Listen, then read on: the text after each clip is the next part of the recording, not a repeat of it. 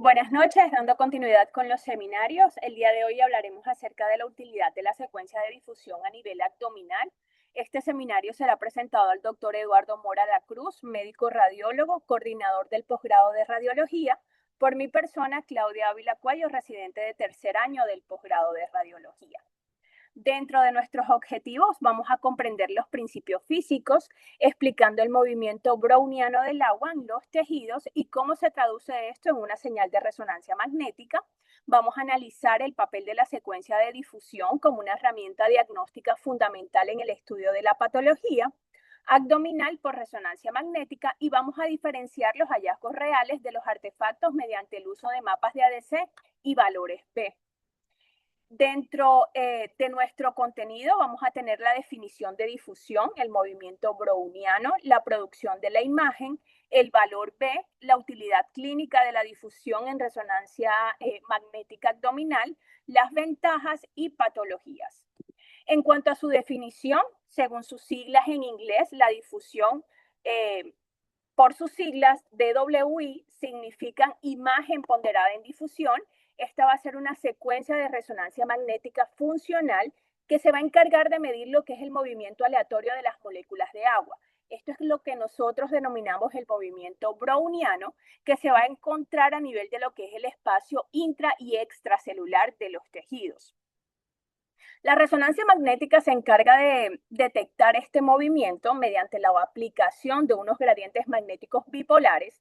Esto va a tener como función etiquetar o rastrear la posición de los protones con la finalidad de poder detectar así los cambios que se van a poder producir a nivel de la microestructura y de la celularidad de los órganos, permitiendo así identificar lo que son las lesiones malignas o los procesos inflamatorios que se encargan de restringir o dificultar lo que es el movimiento libre de las moléculas de agua.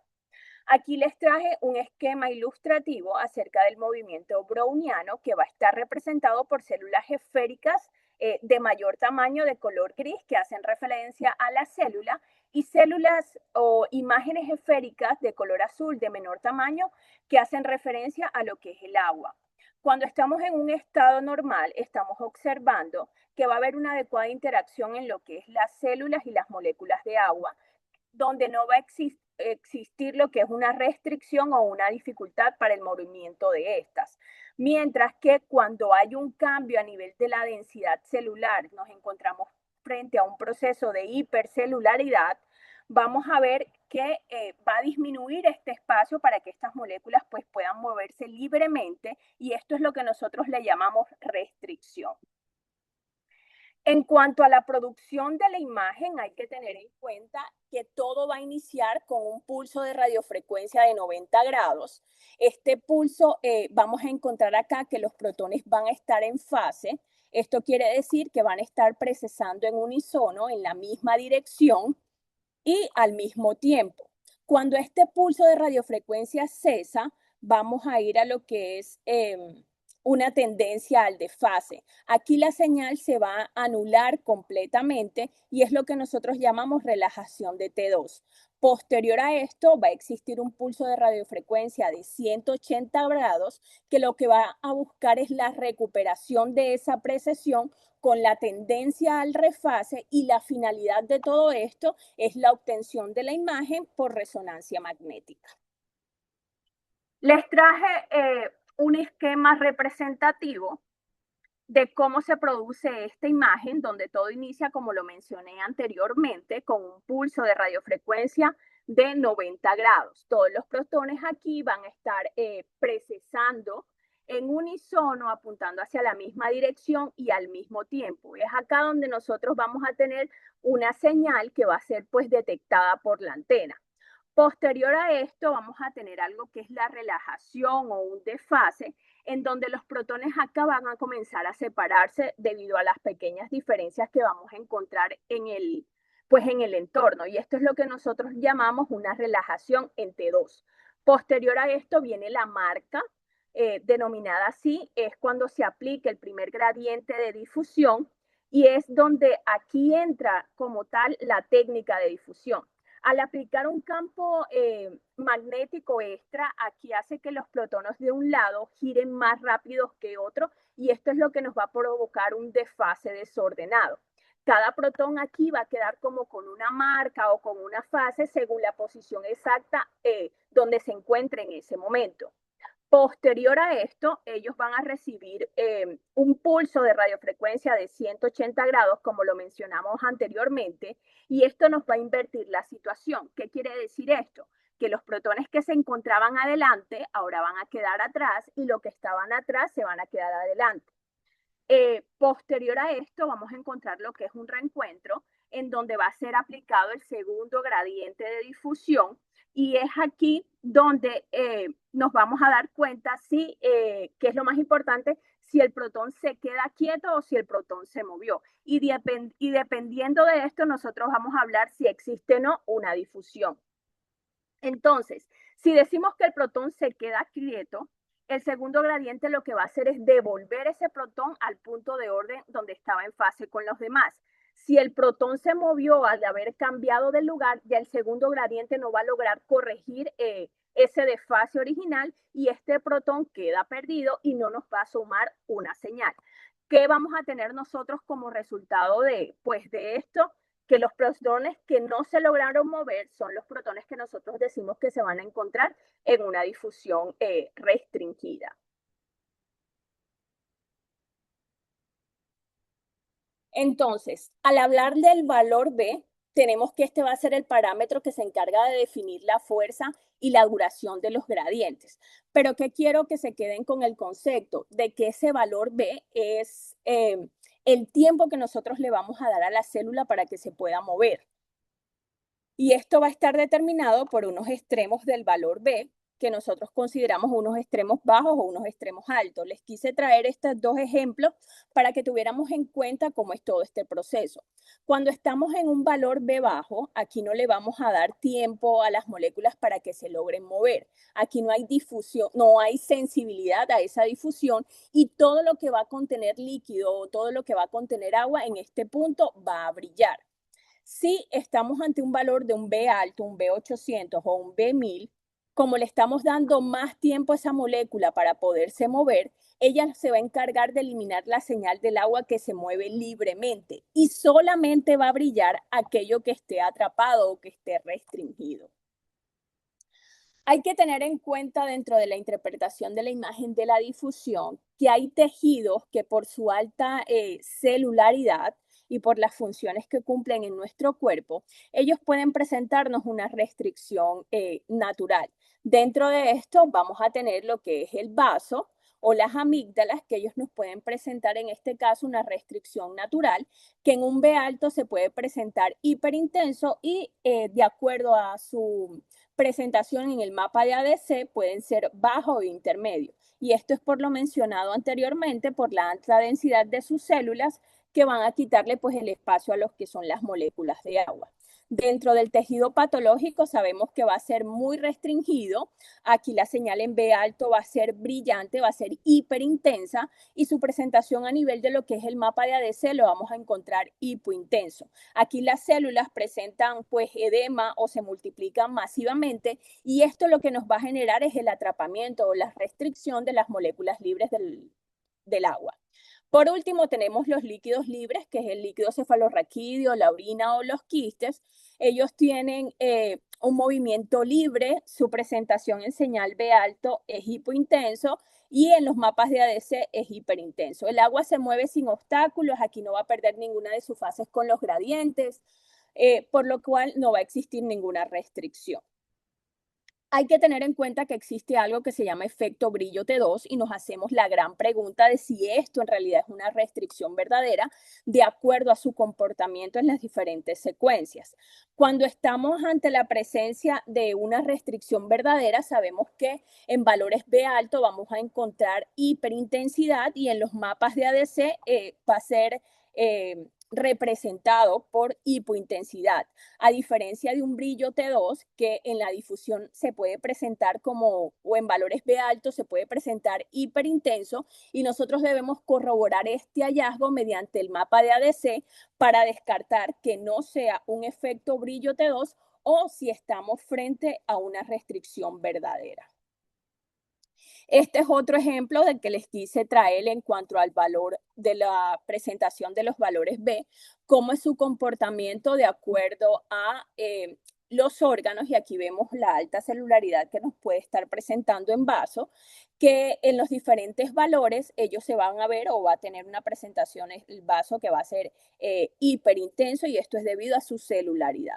Cuando están frente a los valores B, todo lo que tenga líquido, como lo mencionaba anteriormente, se va a ver hiperintenso, va a haber una ausencia de potenciación, va a ser un contraste por la potenciación a nivel de T2, y todo lo que contenga líquido va a ser hiperintenso. Cuando aplicamos un valor B50 o un valor B100, la señal o los tejidos que contengan moléculas rápidas a nivel del espacio intravascular se van a ver hipointensos. También se denomina en ocasiones un efecto negro, le llaman así, o sangre negra, debido a los cambios o las características que van a presentar los espacios intravasculares. Y por último, en un valor B500 o un valor B1000, que ya es un valor alto, todos los tejidos van a perder la señal, excepto aquellos que van a contener o que van a presentar una alta celularidad, que nos van a lograr restringir la difusión de las moléculas del agua a nivel del espacio extravascular. Esto es un mapa de referencia de lo que es el comportamiento de los diferentes órganos a nivel de la cavidad abdominal cuando son medidos pues en el mapa de ADC.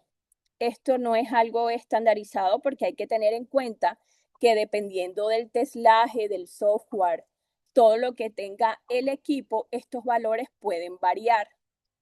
Se considera que dentro de los valores de ADC que hemos estado manejando en cuanto al hígado, que es de 0.8, el vaso 0.8, el riñón nos puede presentar un valor de ADC más alto, que es 1.9, aquí hay mayor flujo de fluidos, el páncreas puede tener 1.6, la vesícula biliar 2.7, y en cuanto a los ganglios, se considera que por los valores de ADC, un ganglio reactivo puede tener un valor de ADC entre 1.0 y 1.5 y un ganglio metastásico 0.7 o 1.0.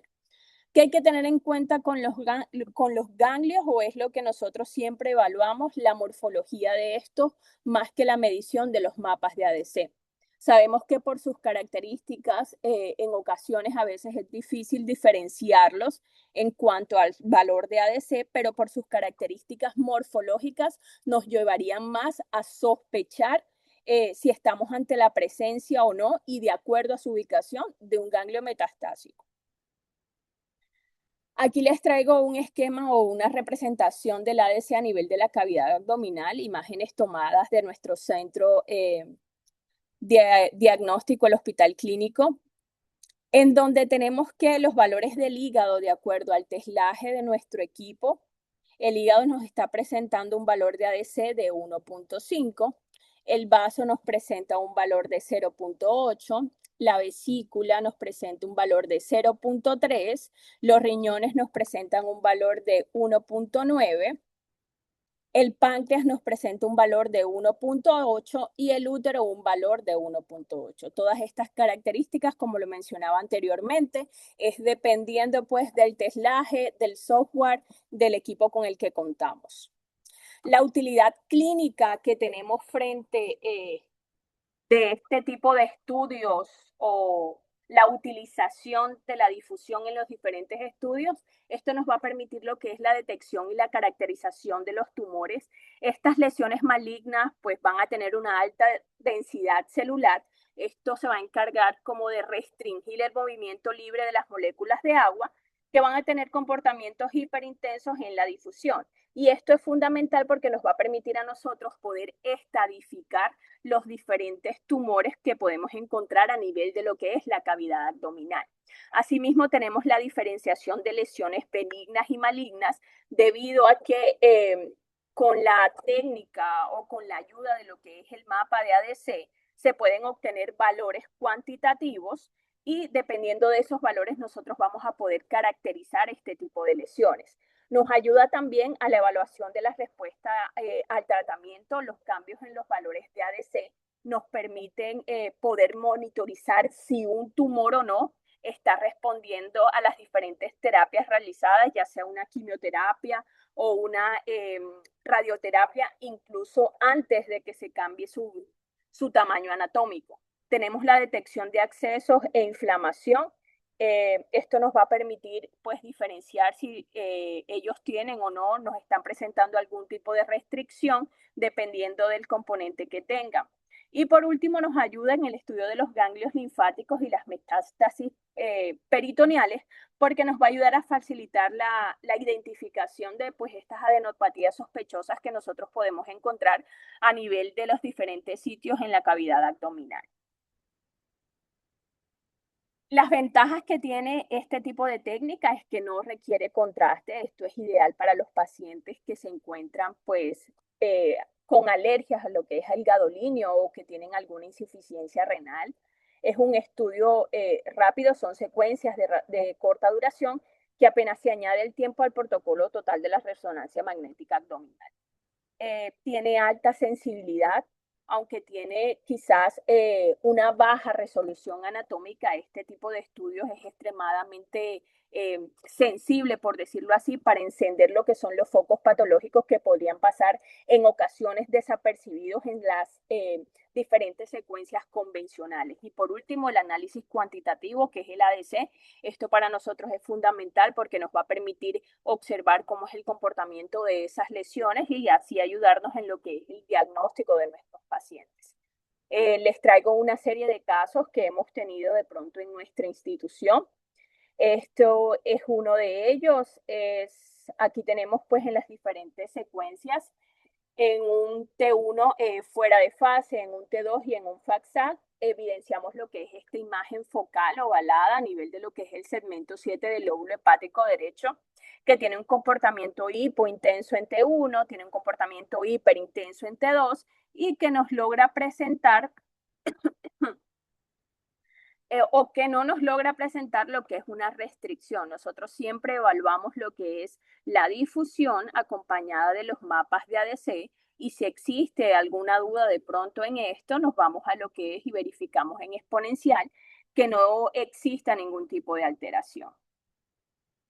Este segundo caso que tenemos es una femenina de 70 años que tiene un antecedente de un adenocarcinoma de lo que son las vías biliares, tiene un antecedente de colecistectomía. Posterior a esto se les realiza pues sus estudios controles en donde encontramos esa imagen nodular, focal, de bordes regulares, parcialmente definidos, de comportamiento hipointenso en secuencia T1, hiperintenso en secuencia de T2 y en FAP-SAP, que está ubicada al nivel de lo que es el segmento 4B, que no tiene un adecuado, por decirlo así, un adecuado plano de clivaje con las estructuras adyacentes, que cuando lo verificamos en las secuencias de difusión y en el mapa de ADC, estamos observando que nos está presentando una restricción verdadera. Podemos estar ante la sospecha de que nos podemos encontrar ante un foco metastásico de esta paciente. El tercer caso, este es un masculino de 71 años aproximadamente que se le estaba realizando un seguimiento por quistes renales. El paciente en este momento está asintomático. Lo que nos llamó la atención en este paciente fue que presentaba esta imagen de bordes regulares, de pared gruesa. Esta pared en ese caso nos dio 3 milímetros, que estaba de aspecto exofítico y una base pediculada que estaba ubicado a nivel de lo que, o que está ubicado a nivel del polo inferior, de comportamiento en secuencias hipointenso tanto en T1 como en T2, e hiperintenso a nivel de STIR. Esto nos presentó un realce o una restricción a la difusión de las moléculas de agua. Él nos presentó en este caso un valor de ADC de 1.3. Por las características que tiene esta imagen nodular, estamos frente a un patrón sospechoso que debe ser valorado quizás por histopatología, realizarle un estudio llamando la atención cómo fue su comportamiento en las fases de difusión, en el comportamiento en el mapa de ADC y cómo fue en su exponencial.